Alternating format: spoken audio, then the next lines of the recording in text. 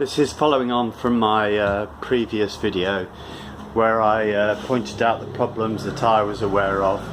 However, I've had two builders now in to quote me, and I've discovered that there are more problems than even I anticipated. Now, first of all, this wall here is less than 800 millimeters high. This window here, if I show you, has no kite marks on it at all.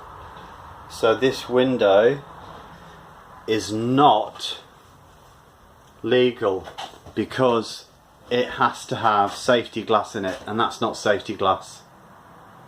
So because of the height of the window, it's got to go.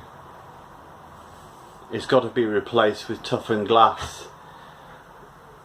The gap at the top, all the other builders are telling me that the window should have been that height, and they can't quite believe the mess of this. It's just madness. Okay, now I thought the window's okay. I thought this window was okay. I'm going to show you the problem with this window, and it's the same with both. Oh, yeah, they've been put in the wrong way. They're actually vertical windows, and they don't stay open. And I'll just show you this on the other one as well. Look at that. There's the hinge, nothing to hold it. So both of these windows need replacing. So this window has to be replaced. It doesn't meet legal requirement. This window doesn't open because it's a vertical window on its side. This window will not stay open because it's a vertical window on its side. I come to the flooring. You know full well about the damp being caused by this stuff here. I thought that there was no further problem with the flooring. However, the builders from both companies tell me that it hasn't been put down properly, that the boards holding it underneath are insufficient, that there should have been insulation and there should have been a membrane to keep moisture out. None of that's done. None of it. We've talked before about how insufficient this insulation is. This has been confirmed again and again. Everyone says that the boarding should have been out to the level of that post, and that should be fully insulated behind. It's not. It's all got to come off, and it's all got to come off also because the wiring behind it isn't properly protected. It's a complete shambles. This radiator mount has to come off. It has to come off because unfortunately it's been made such that when the new wall has to go up, you won't be able to hang the radiator, so it's got to be completely redone.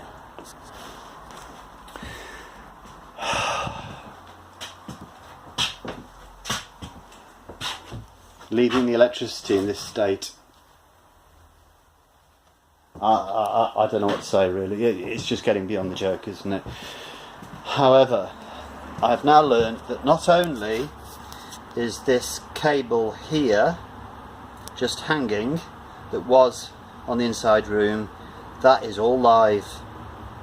That is all live. So just left there like that.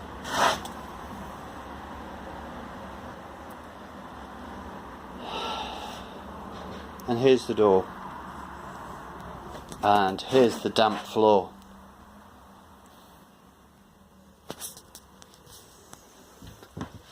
Why was it necessary to break this?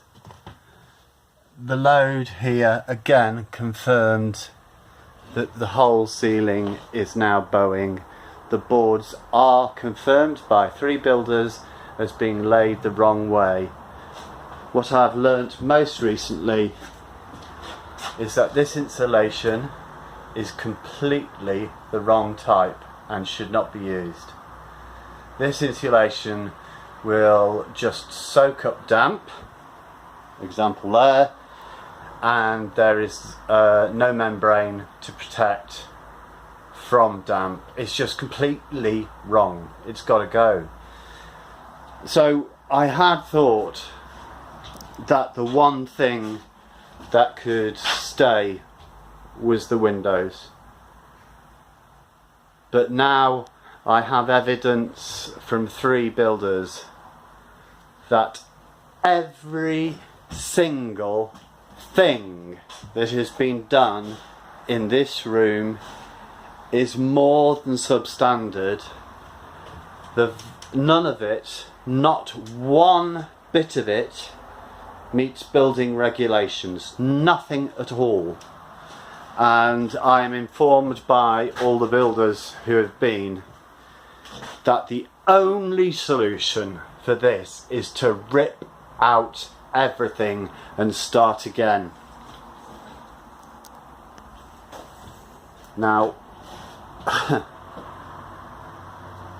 don't know what else to say except that, JB, this is going to be done again and you're paying for it, whatever the cost. Either that or you refund me in full. The ceiling continues to bow and warp.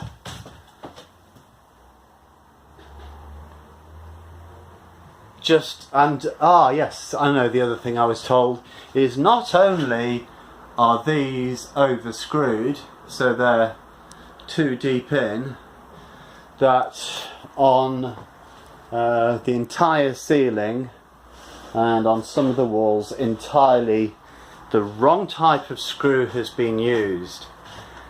The consequences of this is if we plaster over this or if we plaster over that wall, within a very short period of time we're going to get little dots in the ceiling where they're rusting. Now that wasn't very clever, and I'm glad it's been spotted now because you can't plaster over it and us having them appearing. This is abysmal. This is absolute shit. I had a nice garage. It was useful. We stored stuff in it. This is just completely useless. Because of your mistake here, I've had no washing machine or tumble dryer for 10 weeks. But that doesn't bother you. That doesn't bother JB. They think that's fine. A family of 4 with an elderly, very sick lady living with them, they really don't need a washing machine or tumble dryer. I had been promised that they would reconnect it each day at the end of work, but they're in there where they can't be plumbed in because that's where you dump them. And not only did you dump them in there, I have had no access to my mobility scooter since you put the washing machine and tumble dryer in that shed. So I can't get out of the house. JB, this is the end. You've had it. No, I just can't take no more.